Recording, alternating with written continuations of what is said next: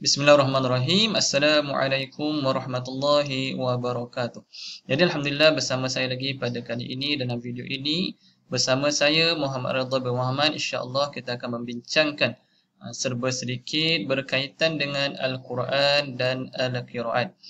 Jadi pada video kali ini, seperti mana tajuk yang kita nak nampak dalam slide ini, kita akan membincangkan berkaitan pergerakan bibir ketika bacaan Al-Quran yang berhukum iqlab dan juga ikhfa syafawi.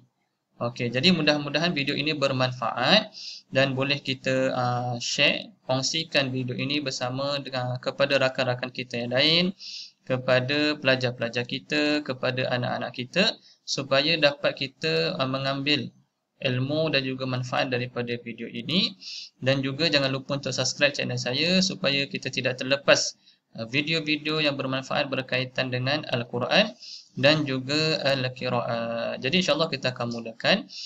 Tajuk kita pada kali ini saya ambil daripada satu posting Facebook ataupun tulisan yang panjang lah berkaitan dengan iqlab dan juga ikhfa syafawi ini, yang mana saya ambil daripada Ustaz kita tengok daripada Ustaz Hanif Azmi Hashim, daripada Ustaz Hanif Azmi Hashim. Jadi boleh sama-sama kita follow beliau, Ustaz Hanif, yang mana pada 23 Januari yang lepas, 23 Januari 2021, beliau menulis berkaitan dengan iqlab dan juga ikhfa syafawi. Dan juga saya telah minta izin daripada Ustaz Hanif untuk membuat video ringkas berkaitan dengan perkara ini. Okey, jadi disebut sini yang pertama, adakah sebutan iqlab dan ikhfa syafawi adalah sama? Jawapannya ya. Okey, iqlab ni apa dia? Iqlab adalah huruf nun mati ataupun tanwin bertemu dengan huruf ba. Okey, kemudian ikhfa syafawi adalah huruf mim mati bertemu dengan huruf ba. Okey, jadi kedua-dua hukum ini adalah hukum yang sama. Okey, boleh baca bacaan yang lebih detail dan terperinci pada posting beliau 23 Januari 2021 dalam FB beliau, yang mana beliau menyatakan jawapannya ya walaupun terdapat perbezaan dalam beberapa sudut yang lain. Okey, boleh baca perinciannya dalam FB beliau. Kemudian yang kedua, beliau juga menulis khilaf pergerakan bibir ketika iqlab dan ikhfa syafawi di sisi ulama. Okey, daripada sini beliau menyebut terdapat khilaf dalam kalangan ulama tentang dua keadaan bibir, tentang keadaan dua bibir ketika iqlab dan ikhfa syafawi. Jadi dekat sini saya ringkaskan sedikitlah. Saya tidak bercerita ke semuanya sekali. Saya hanya ceritakan sedikit sahaja supaya dapat kita fahamkan berkaitan dengan iqlab dan juga ikhfa syafawi ini. Okey, jadi seterusnya saya ringkaskan pendapat para ulama ataupun qurra ketika membaca iqlab dan ikhfa syafawi. Bibir kita nak buat macam mana? Bagaimana pergerakan bibir kita? Jadi pendapat yang pertama, merapatkan bibir secara ringan. Maknanya bibir kita yang ke atas, bibir bawah, kita rapatkan secara ringan ketika membaca iqlab ataupun ikhfa syafawi. Sebagai contoh, kita membaca nun mati bertemu ba iqlab, mim ba'di, kita punya bibir rapat secara ringan. Ini kita panggil, pendapat ini kita panggil itbaq asy-syafatain. Itbaq asy-syafatain, merapatkan dua bibir secara ringan. Okey, disebut oleh Al-Allamah Tahir Ibnu Ghalbun, menyebut dalam kitab beliau Al-Tazkirah fil Qira'atis Saman, adapun mim ketika bertemu ba, huruf mim ikhfa syafawi, huruf mim bertemu ba ikhfa syafawi, maka ia hendaklah diikhfakan, bukan diidghamkan, dan dua bibir dirapatkan ketika bersama pertemuan kedua huruf ini. Ini disebut oleh Al-Allamah Tahir Ibnu Ghalbun, merapatkan dua bibir. Okey, kemudian pendapat yang kedua. Pendapat yang kedua adalah membuka sedikit lubang kecil di antara dua bibir. Ini kita panggil nama dia ibqa'ul furjah. Ibqa'ul furjah. Ini kalau kat Malaysia dipanggil apa? Merenggangkan sedikit bibir, kira-kira boleh masuk sehelai kertas. Ni yang biasa kita dengar lah. orang sebut kat Malaysia ataupun guru-guru sebut kat Malaysia. Jadi ada dua pendapat. Merapatkan bibir secara ringan, itbaqus syafatain, merenggangkan sedikit bibir sehingga boleh masuk kira-kira sehelai kertas. Ini biasa kita dengar di Malaysia. Ini kita panggil ibqa'ul furjah ataupun kita kata furjah lah, ada sedikit renggangan ataupun lubang kecil. Okey. Ini disebut oleh Syekh Rizq Khalil Habbah. Beliau menyebut merenggangkan bibir lebih utama. Ini kerana apabila merapatkan bibir, berubahlah ia menjadi seakan-akan huruf yang diizharkan, yang betulnya adalah bukaan yang kecil tanpa berlebihan sehingga tidak diabaikan sifat huruf. Okey, dekat sini kita boleh nampak ada dua pendapat. Ada dua pendapat. Kalau kita lihat dalam tulisan Ustaz Hanif, panjang perbahasan dia. Saya hanya bawa sedikit sahaja.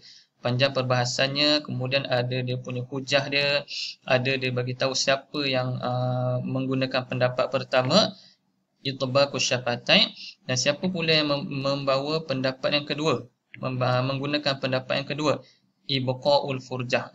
Boleh lihat dalam tulisan Facebook beliau.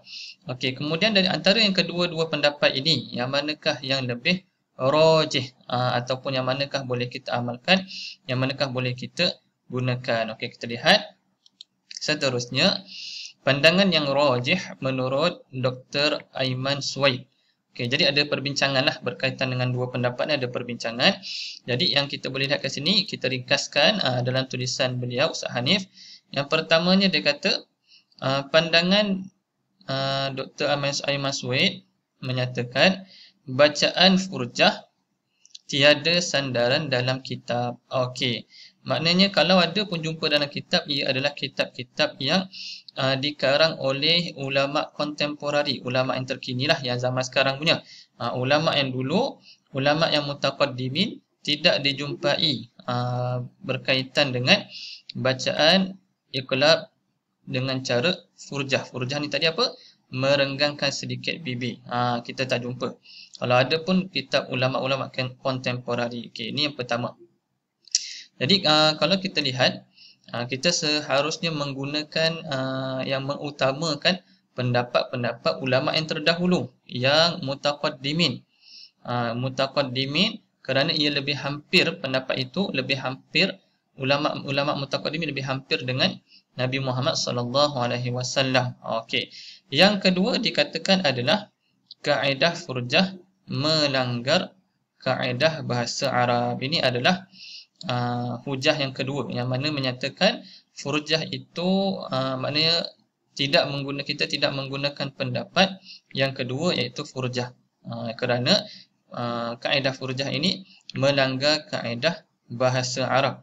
Kerana apabila diizharkan, kalau contohlah kita baca iqlab ini secara buka mulut ataupun furjah adalah lebih berat sebenarnya berbanding dengan kita merapatkan bibir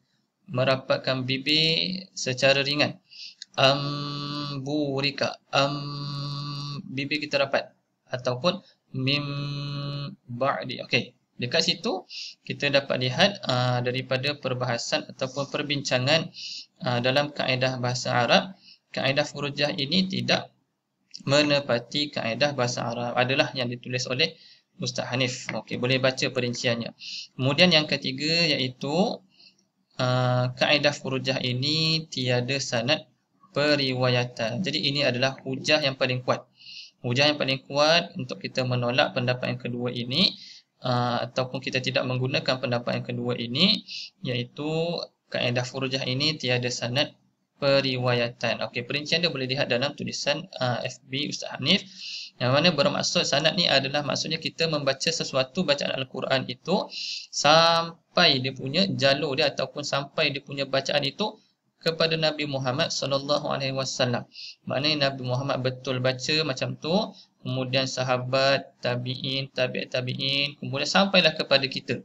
Ada sanad lah, maksudnya kat situ ada sanad. Tetapi dekat sini kita menyatakan pendapat yang kedua ini tiada sanad periwayatan. Ini adalah hujah yang paling kuat, iaitu apabila kita hendak membaca Al-Quran, hendaklah kita melihat kepada sanad periwayatan. Guru kita baca macam mana? Guru kita dapat daripada siapa? Sampailah bersambung kepada Nabi Muhammad sallallahu alaihi wasallam. Jadi ini adalah pandangan yang rajih menurut Dr. Aiman Sweet, adalah pandangan ataupun pendapat yang pertama, iaitu kita mengguna pakai itbaqus syafatain, merapatkan dua bibir, bibir atas dan bibir bawah kita rapatkan secara ringan ketika membaca iqlab dan juga ikhfa syafawi. Jadi ini adalah pendapat yang kita gunakan. Wallahu a'lam. Untuk penerangan lebih lanjut ataupun bacaan yang lebih lanjut, bacaan yang lebih terperinci, boleh baca pada posting FB Ustaz Hanif 23 Januari 2021. Mudah-mudahan video ini bermanfaat dan dapat kita perbaiki cara bacaan Al-Quran kita dengan lebih sahih. Yang mana cara bacaan Al-Quran kita ini perlulah kita membacanya di hadapan guru. Praktis bacaan kita di hadapan guru kita dengar, kemudian guru kita betulkan sekiranya terdapat kesalahan. Wallahu a'lam.